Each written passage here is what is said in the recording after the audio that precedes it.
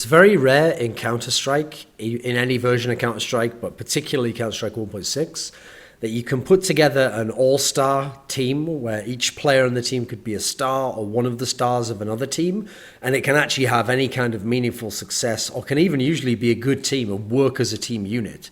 And yet a rare example of this actually occurred in late 2002, where GameonLine, tag was GOL, capitalized G, capitalized L, GOL.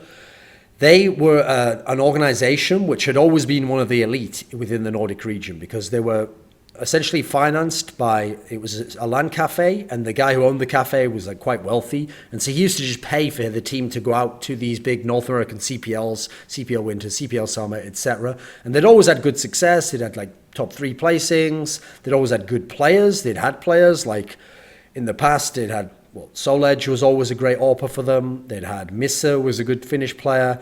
They had Hib, who became a key core member of their team.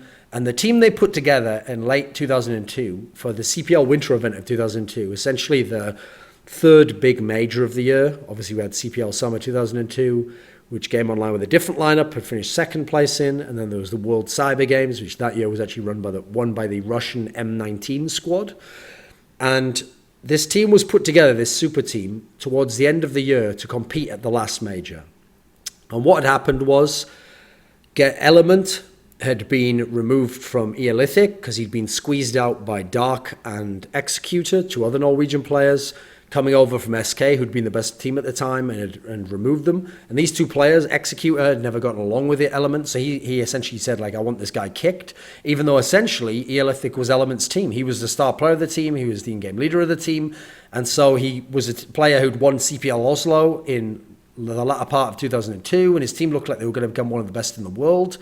And he gets kicked out, even though in theory he's in what at that time looked like the prime of his career. He's absolutely peak powers. His skills actually in 2002 were pretty sick. In later years his skills would degrade a bit and he did rely more on his game sense and his ability to read the game, but his skills were still pretty strong at this point in time, and his ability to read the game and his game sense was fantastic. He really did always know where people were in 1vx situations, know where himself to be on the map, could give reads to his teammates on what the opponent's going to do and how they're going to set up. So on CT side you can switch it up, on terrorist side you can attack the right site. He was very good in this sense. So as an in-game leader, he didn't have like the prepare the strats, execute style, but he had a good sense for what to do in the game. I mean, to a lesser degree, you could contrast him in CSGO with Pronax, because Pronax was already very good at making those mid-round call reads to change things up that often yielded success for Fnatic. Difference is, Element was also a star player. So this guy was a Norwegian player coming in, and that's one of the interesting things about this lineup as well, is that they were a Nordic super team. They weren't even just a super team of like all Swedish players, because it was always a Swedish org. They were a super team that represented 4 different countries in the Nordic region. So we had Element was a Norwegian player, and he came in, he was in his prime, one of the best players in the world. Then they had Vicon, who was a Danish player and actually was best known for playing in teams like Spirit of Amiga in the past, and at that point in time had played at CPL Oslo in a team that finished, I think, like 5th or 6th. I think it was 5th or 6th, which was IDDQD, and he was a strong player there. Known, I mean, he'd played in Spirit of Amiga, in All-Stars. One of these players who goes a little under-remembered, kind of forgotten, mainly because people didn't follow the early days of what was then later became 1.6, but Counter-Strike early on. I mean, you look at the first CPLs, and he's right there from the first CPL. So he's one of those players who, from almost day one of Counter-Strike being a competitive game, was there at the big LANs and was a good LAN player early on. So as a result, good under pressure, not going to collapse in any way. And the key thing is, he was a primary AWPer. So he'd already been a primary AWPer in the IDDQD team, and as a primary AWPer, at this point in time, not many players used the AWP all the time. There weren't many primary AWPers. A lot of people would use it online and then hybrid on LAN, but if they got worried, or it was a close match, or it was tense, or you didn't want to lose this round because economically you'd be a bit fucked, people would shy away, they'd pick up an AK, they'd pick up a Colt. This was a guy who would use the AWP every time it's available. He was very consistent. He didn't have like the craziest skill ceiling, but he had very good skills with the AWP, and he's very, very consistent with the AWP and would always hit those easier shots. He was very stable on LAN, as I mentioned. He didn't get any kind of difficulty in pressure situations. And so actually for an AWPer, he was reasonably good in numbers disadvantage situations as well. He was also very good at close range. He could hit those no-scopes. And as you often need to be if you're going to be a primary AWPer, especially back in the old school LAN days, you got to have very good pistols. And so in his case, it was the Deagle, the Desert Eagle. He was very good with this weapon.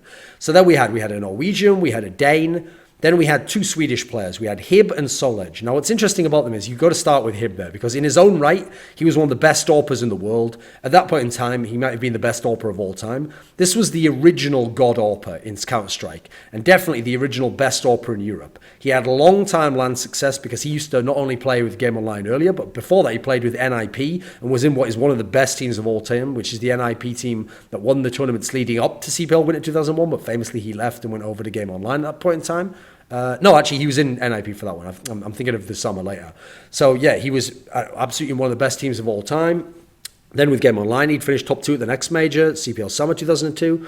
This was a guy where he could hit the crazy shots, but he also was insanely good at holding CT spots. He would just ace the whole team. He would get 2 or 3 kills every time. He wouldn't miss those shots. I remember actually in CPL Summer 2002, I think it was, when the final was SK with Heaton and Potty and Executor, and then you had Hib and his GameonLine guys, including Element, playing in the final on Nuke twice. In the first map, GameonLine was coming from the low bracket. They actually won the first map, Nuke, in heavy fashion over SK.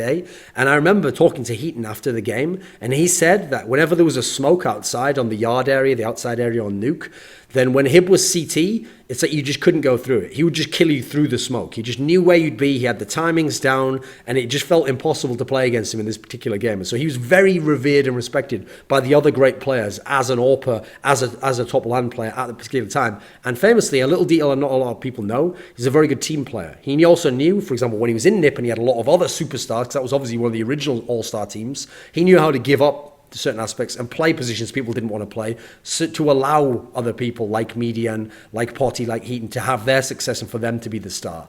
But when it came to being the star himself in these GameonLine teams, he knew definitely how to carve out his own niche and be the God AWPer. Now, Solej, the other Swede, was actually his little brother. And he was the guy where, because he was the younger guy, everyone was always watching him like, wow, his skills are crazy. But he didn't quite have the same clutch factor on LAN. He was a good player, but he didn't have as good rifles as his brother Hib, for example. And so he was definitely one of the best AWPers, but he was more of a specialist AWPer in that sense, where he had to be an AWPer in that particular respect. And he wouldn't want him to be your number one star. It's better if you're going to have this as your third or your second or third player, and then you're going to have a very good team and the pressure isn't on him. I mean, he'd actually trialed with NIP the year before in 2001 at CPL Berlin, the event they won, but they'd chosen not to go with him, so he remained in GameonLine. He finished third at the big major. This is a guy who had a number of strong finishes. I mean, he's finished top 3 at 2 majors at this point in time. He's finished top 3 at CPL London in 2001 when that was like a newer team going there. Now, the 4th country representative from the Nordic region is Finland, and that is Missa. Now, the interesting thing about Missa is this is a guy where his skills were never that sick. But they were really, he was one of those guys where I always used to say, it was Missa and Bullseye used to make me think of this the most. They never had sick aim, and they never had super sick skills where they got insane highlights. But you watched them play on LAN, and they were good under pressure, and they were just what we call back then LAN players. As in, they're players, they just get kills. They get kills in the game. You don't have to put everything in the guy's head. You can put it in his back, you can put it in his body, wherever. You just get kills, you perform for your team, and you perform under pressure, and you don't make a lot of mistakes. So he was a big-time LAN performer. He'd had the history going back in GameonLine earlier in the year. He'd also be in the All-Stars lineup that won the bronze medal at the World Cyber Games in 2001. He'd finished 4th with Afterlife, another Finnish team at CPL Berlin in 2001. This guy had a long history of LANs himself and was a LAN performer and had confidence in himself. So another interesting little piece of trivia for you about Missa is that he was a really weird guy in as much as, because he was like a LAN player who played a million LANs and played from LAN cafes, including GameonLine, and even gone there with his girlfriend to live there for a little while in Sweden. He was a guy here, literally, he didn't want to have to take a lot of time to set up when he was on LAN. So he would actually sit down, go into the GUI later in CS 1.6, or just go into his config, and he would use a standard config. To the extent, and this is the craziest deal that I still don't understand to this day, the standard sensitivity setting in CS was 3.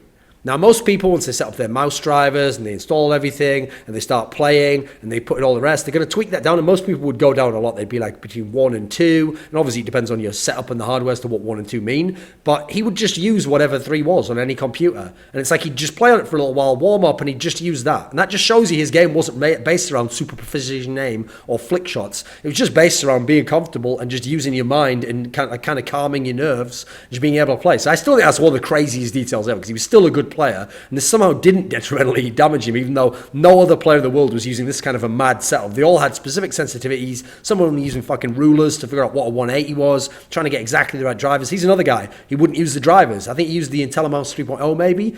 Whatever mouse he used, he just wouldn't use drivers. He'd just sit down and plug it in and use whatever the fuck the Windows drivers were. So a very interesting and unique guy, but also a good performer as well. So you can see the strength all throughout this team.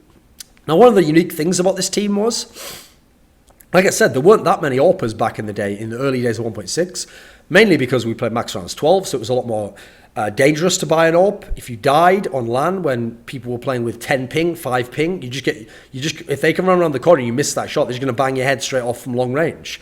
So what's interesting about this team, though, is because you've got Vicon, you've got Hib, you've got Soul Edge, you've got 3 primary AWPers. These guys could literally run triple AWP setups if and when they wanted to. They had a ridiculous skill level. Almost every player in the team, basically, like Missa, not as much in terms of raw skill. Element still had some good skills, but wasn't like necessarily the best, most skilled player. But you look at players like Vicon, Hib, skill level's very high, and the skill balance in this team is very good as well in terms of the different roles. They were actually one of the only all-star teams that ever actually worked in this particular sense. And so at the one big tournament this team played together before it was split up, they played at CBL Win in 2002, and they finished second place. They lost to Team 3D, which was the first North American team to win a major at that point in time. And they were the only team that they lost to in this tournament. They lost twice. They lost the upper bracket final on Inferno when Steel for 3D had a great game, and they lost the Dust 2 game where famously Team 3D did the Deagle save on the second round as terrorists, and there were some big players from the likes of Rambo. And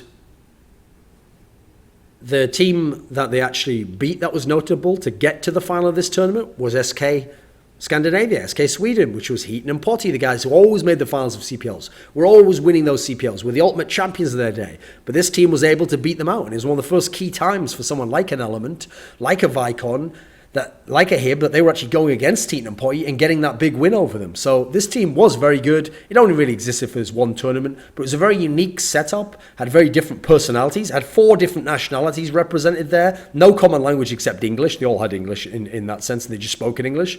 But very unique, and one of the rare cases where you get all these great players together and it actually works, and they were very good.